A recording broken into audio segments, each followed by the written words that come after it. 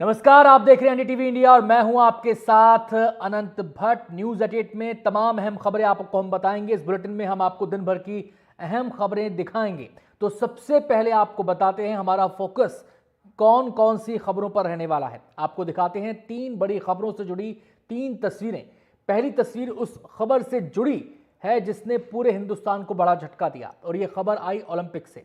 विनेश फोगाट को उनके final bought से पहले डिस्क्वालीफाई कर दिया गया। इस खबर को लेकर पूरे दिन का घटनाक्रम हम आपको दिखाने जा रहे हैं। दूसरी खबर बांग्लादेश से जुड़ी है, जहां अब तक हालात सामान्य नहीं हो पाए हैं। बांग्लादेश में क्या हो रहा है और आगे का रास्ता क्या हो सकता है, बांग्लादेश के हालात भारत के लिए कितनी बड़ी चुनौती है, विस्तार से आपको बताएंगे।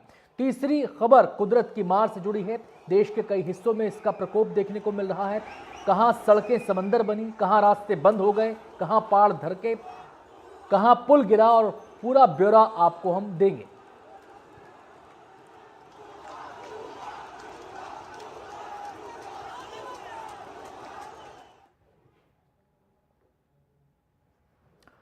और अब बारी बारी से हर खबर विस्तार से आपको बताते हैं। पहले बात विनेश फोगाट की। पेरिस ओलंपिक में भारत और विनेश फोगाट की उम्मीदों को आज बड़ा झटका लगा। विनेश फोगाट को पेरिस ओलंपिक में डिस्क्वालीफाई कर दिया गया। वो 50 किलोग्राम रेसलिंग के फाइनल में पहुंची थी। बताया जाता है कि उनके वेट में इजाफा हो गया था, लिहाजा फाइनल बाउट से पहले उन्होंने कल पूरी रात वेट कम करने की कोशिश की, लेकिन तमाम कोशिशों के बावजूद उनका वजन 50 किलो से 100 ग्राम ज्यादा पाया गया। इसी आधार पर उन्हें अयोग्य घोषित कर दिया गया। आपको बता दें कि वेट कम करने के लिए उन्होंने पूरी रात कड़ी मेहनत की, पसीना बहाया, जिसकी वजह से उन्हें डिहाइड्रेशन हो गया। बताया जाता है कि इसकी वजह से विनेश को अस्पताल में भी ले जाना पड़ा।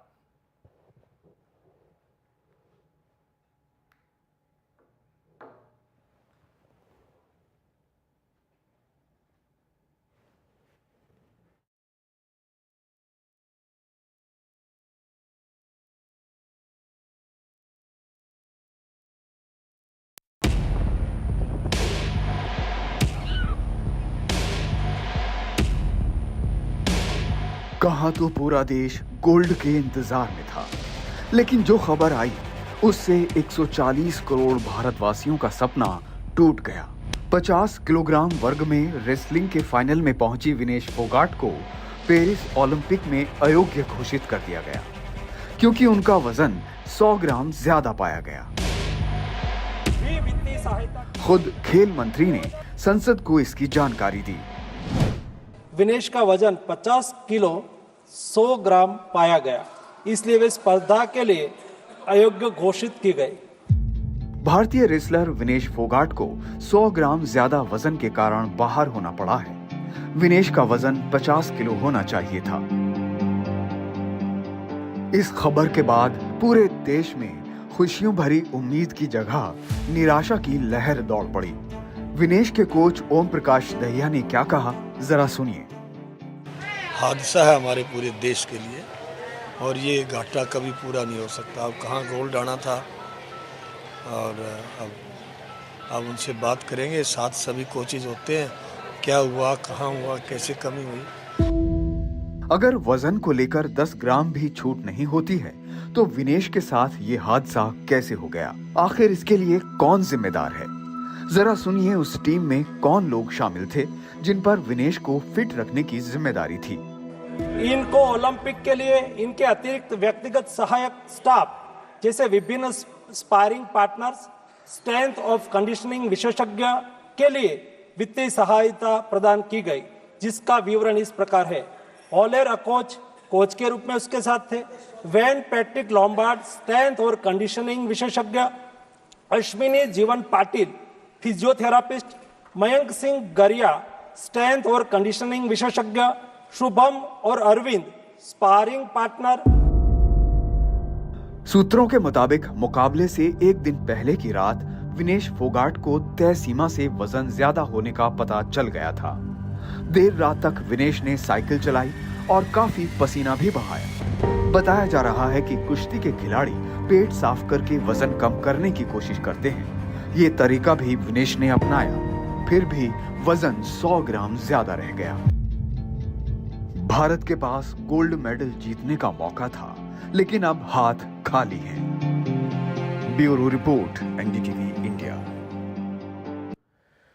पीएम मोदी ने इस मामले को लेकर भारतीय ओलंपिक संघ के अध्यक्ष पीटी उषा से बात की है। साथ ही उन्होंने ट्वीट करके विनेश फोगाट का हौसला भी बढ़ाया है। पीएम ने कहा है कि विनेश, आप चैंपियंस में चैंपियन हैं, आप भारत का गौरव हैं और हर भारतीय के लिए प्रेरणा है। आज का ये झटका दुखदाई है। काश मैं शब्दों के जरिए अपना दुख प्रकट कर सकता। साथ ही मैं जानता हूं कि आप जीवटता के प्रतीक हैं। चुनौतियों का डटकर सामना करना आपका स्वभाव है और मजबूत होकर वापसी करें, हम आपके साथ हैं।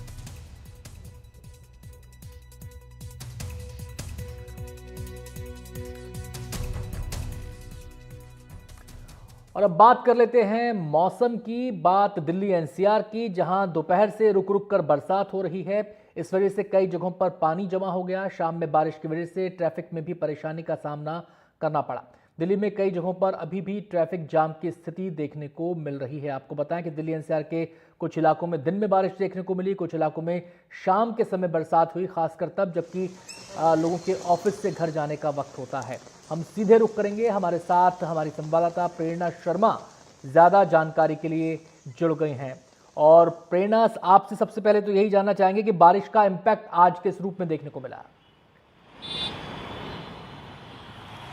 जी अनंत, आपको बता दें कि बारिश जो है वो 2:30 बजे से शुरू हुई थी और बारिश का जो इम्पैक्ट है वो जगह जगह पे देखने को मिला है। अंडरपास में भी जो था पानी भरा हुआ था और साथ ही साथ मैं अपने सहयोगी को बोलूँगी कि जो ट्रैफिक है उस पर भी बुरा असर देखने को मिला। आप देख सकते हैं कि इस वक्त जो है हम डीएनडी फ्लाईवे पे मौजूद हैं और एक लंबी कतार जो है हमें ट्रैफिक की देखने को मिल रही है।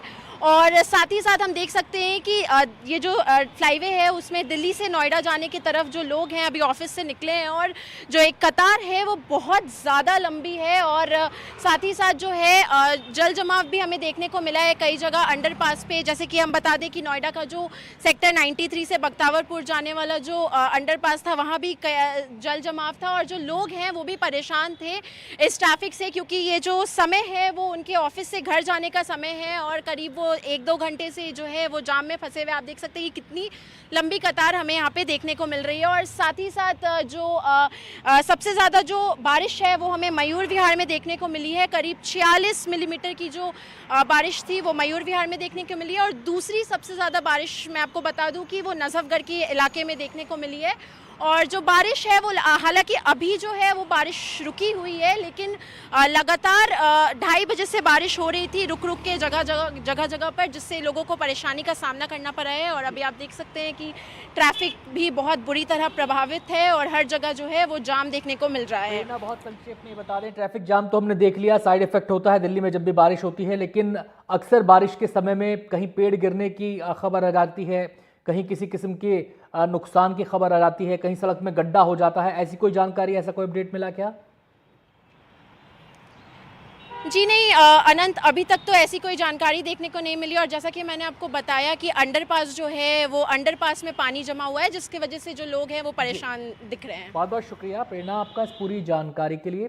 तो प्रेरणा हमें बता रही थी कि दिल्ली एनसीआर के अलग अलग हिस्सों में बरसात हुई और इसका इम्पैक्ट शाम के समय में ट्रैफिक जाम के रूप में देखने को मिल रहा है। हमने आपको नोएडा डीएनडी की तस्वीरें दिखाई और ये तस्वीरें इस समय जो आप अपनी टीवी स्क्रीन पर देख रहे हैं, ये तस्वीरें धौला कुआं की हैं। तो असर दिखाई दे रहा है जो शाम में बारिश हुई है उसका सड़कों पर, और ये आज की बात नहीं है, हर बार ऐसा ही होता है। दिल्ली में जब जब बरसात हुई है दिल्ली वाले ट्रैफिक जाम से जूझे हैं और धीमा ट्रैफिक देखने को मिला है। और यहाँ पर धौला कुआं में अमूमन वैसे भी जो पीक आवर्स होते हैं वहां पर ट्रैफिक देखने को मिलता है और बरसात अगर हो जाए तो स्थिति और ज्यादा बिगड़ जाती है।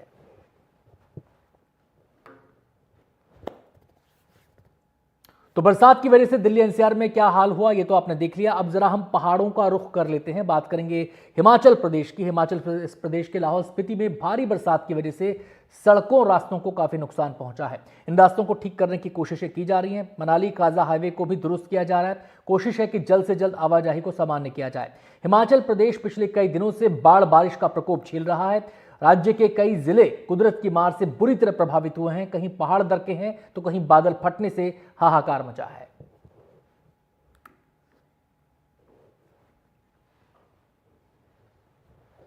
और जम्मू में भी हाल के दिनों में जमकर बादल बरसे हैं। पानी बरसने का सिलसिला लगातार जारी है। ऐसे में घर से बाहर निकलने वालों की मुश्किलें बढ़ी हैं। सड़क और रास्ते पानी से लबालब हैं। कहीं बरसाती पानी लोगों के घरों में घुस गया है। कार और दोपहिया गाड़ियां भी इस बरसाती पानी में डूबी नजर आ रही हैं।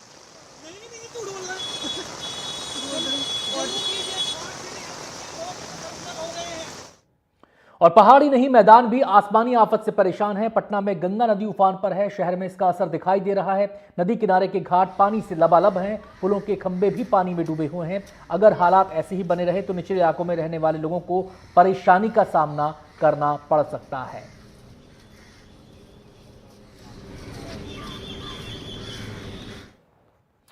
और बिहार के बाद अब कर्नाटक से पुल गिरने का मामला सामने आया है। कारवार शहर में काली नदी पर बना पुल ढह गया।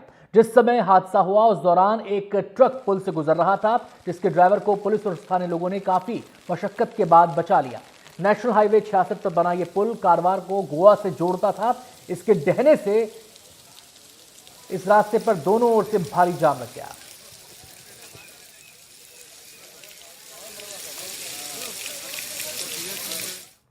और अब रुख करते हैं अन्य खबरों का। दिल्ली के ओल्ड राजेंद्र नगर के राव आईएएस स्टडी सेंटर में जांच करने पहुंची सीबीआई की टीम। यहां बेसमेंट में पानी जमा हो गया था, जिस वजह से 3 छात्रों की जान चली गई थी। इस मामले की जांच सीबीआई को सौंपी गई।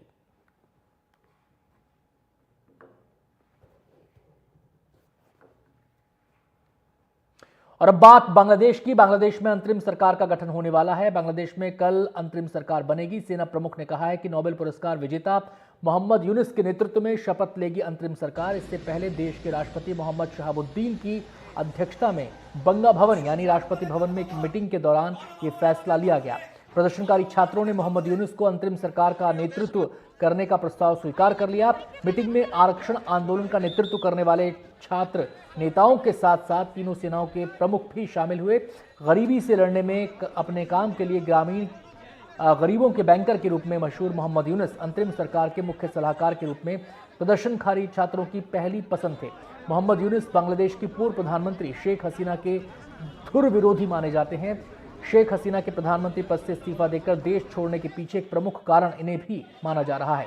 गरीबों के बैंकर के रूप में पहचान बनाने वाले यूनुस और उनके द्वारा स्थापित ग्रामीण बैंक को नोबेल शांति पुरस्कार मिल चुका है।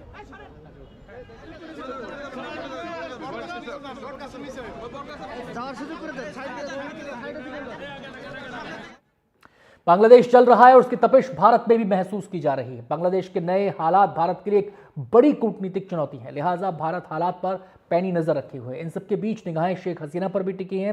वो फिलहाल भारत में हैं। उनका अगला पड़ाव कहां होगा ये अभी तक कहा नहीं जा सकता। एक कंटीजेंसी प्लान की भी बात हो रही है, लेकिन शेख हसीना जल्द ही ये फैसला उन्हें करना होगा कि वो भारत में कब तक रहना चाहती हैं और भारत के बाद कहां जाना चाहती हैं। क्या बांग्लादेश की पूर्व प्रधानमंत्री शेख हसीना को पनाह देने के लिए भारत ने रणनीति जून में तैयार कर ली थी?